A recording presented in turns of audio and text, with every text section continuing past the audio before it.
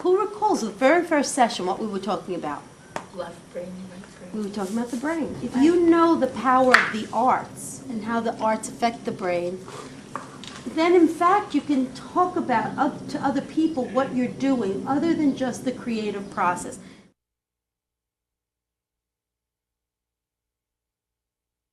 Using the activities with my residents, I really got to see how what we do in this class works.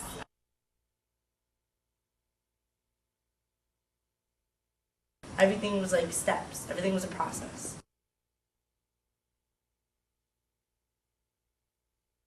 What are some of the things that happened here today, just in this session with going around this mural with everyone participating? What are some of the things that you were witnessing, Dan?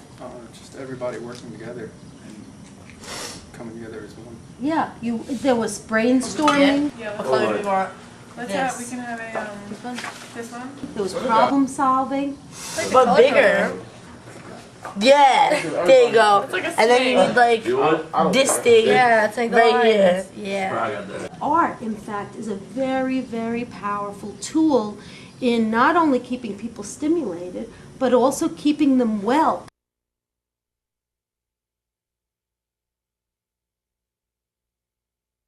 We've laid the groundwork coming out of the 20th century that arts are important for aging populations.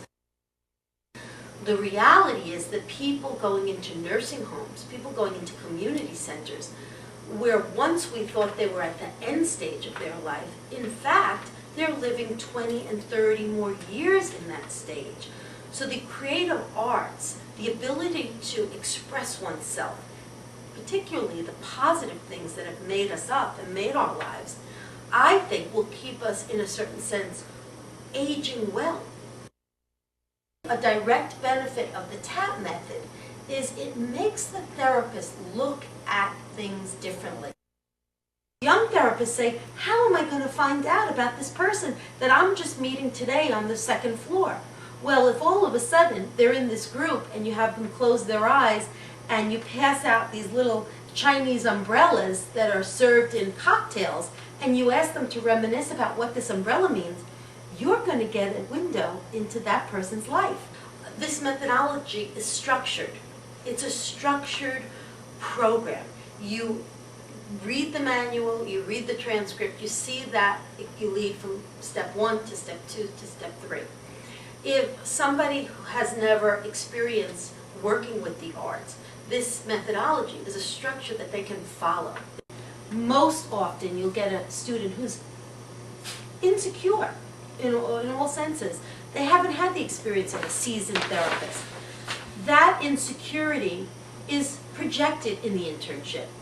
But with learning about the TAP method, what I've seen from my students is an incredible shift in their security in going out and developing programs. Yeah, this is more for the male population right here because it's a lot to do with travel, and guys are really into cars, but I'm sure a lot of females would be into it too and they could enjoy the program. And getting the feedback from the staff about how their programs are so much longer, so much more involved, and actually reaching levels that they had never seen the patients, specifically dementia patients, talk about. The staff, they were like, wow, I didn't even think you'd be in there that long. They thought it would only be about 20 minutes because they looked at me and they were like, you're going to try and have a reminiscence discussion for an hour? And I was like, yes. Yes. I will do this. Yeah. They will talk. Yeah. Alzheimer's patients normally don't engage for that length of period of time. They lose their focus. This method is enhancing the amount of time they're engaged in programming.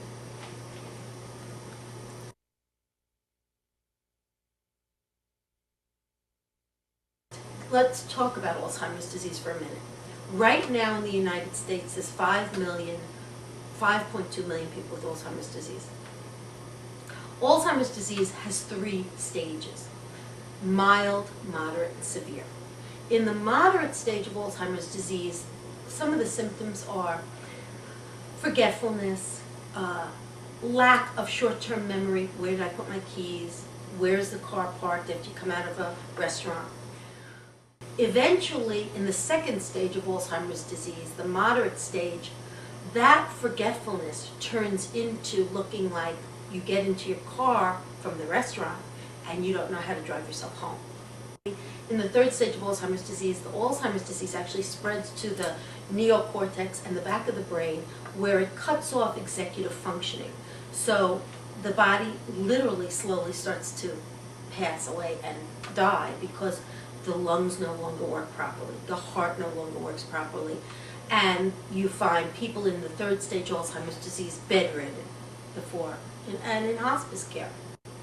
Now this method, if in fact researched, I believe will prove that programming to the person's ability to remember long-term memory will stimulate the brain cells in the brain and possibly keep the person in a stage of Alzheimer's disease longer.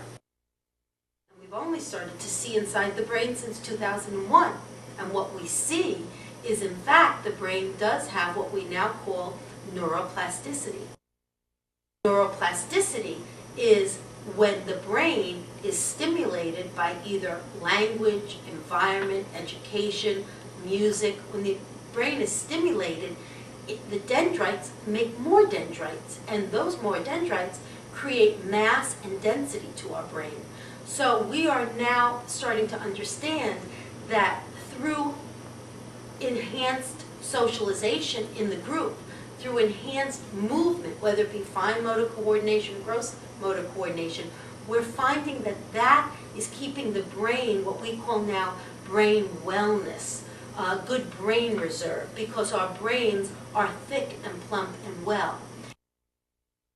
So I have a model of a brain here, and if we take it out, we see underneath the brain lies this little pink particle, which is representative of the hippocampus. And if you take this hippocampus apart, there's actually two of them, and they lie right inside at the level of your ear. And this is really, this area, the hippocampus, is responsible for recall. It's responsible for taking short-term memory and putting it into long-term memory. And we find that the first effects of the disease affect the hippocampus. But the hippocampus is also the area where we see the most neuroplasticity. The hippocampus is where the dendrites talk to each other. The dendrite is actually like a root of a tree, if you will. The cell is a cell wall, and it sends out these dendrites to talk to each other. And every time we're stimulated, whether it be by conversation or by using language or by being asked a question, those dendrites are talking to each other in the hippocampus. So we know that the arts are now responsible for, in fact, keeping the brain well and keeping the brain healthy.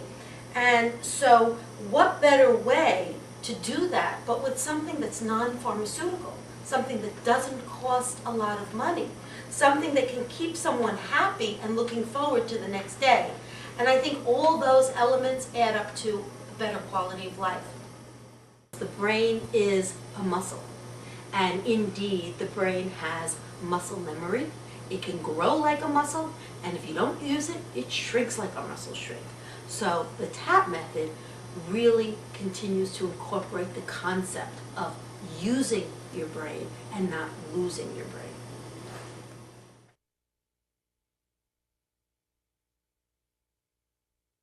Right now in 2008, we have little research on the arts. What needs really to happen in our society is for more therapists to connect with researchers, to do research on how the arts are affecting the brain.